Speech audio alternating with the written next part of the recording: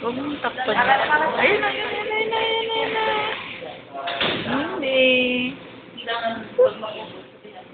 Cute naman. Ano yan?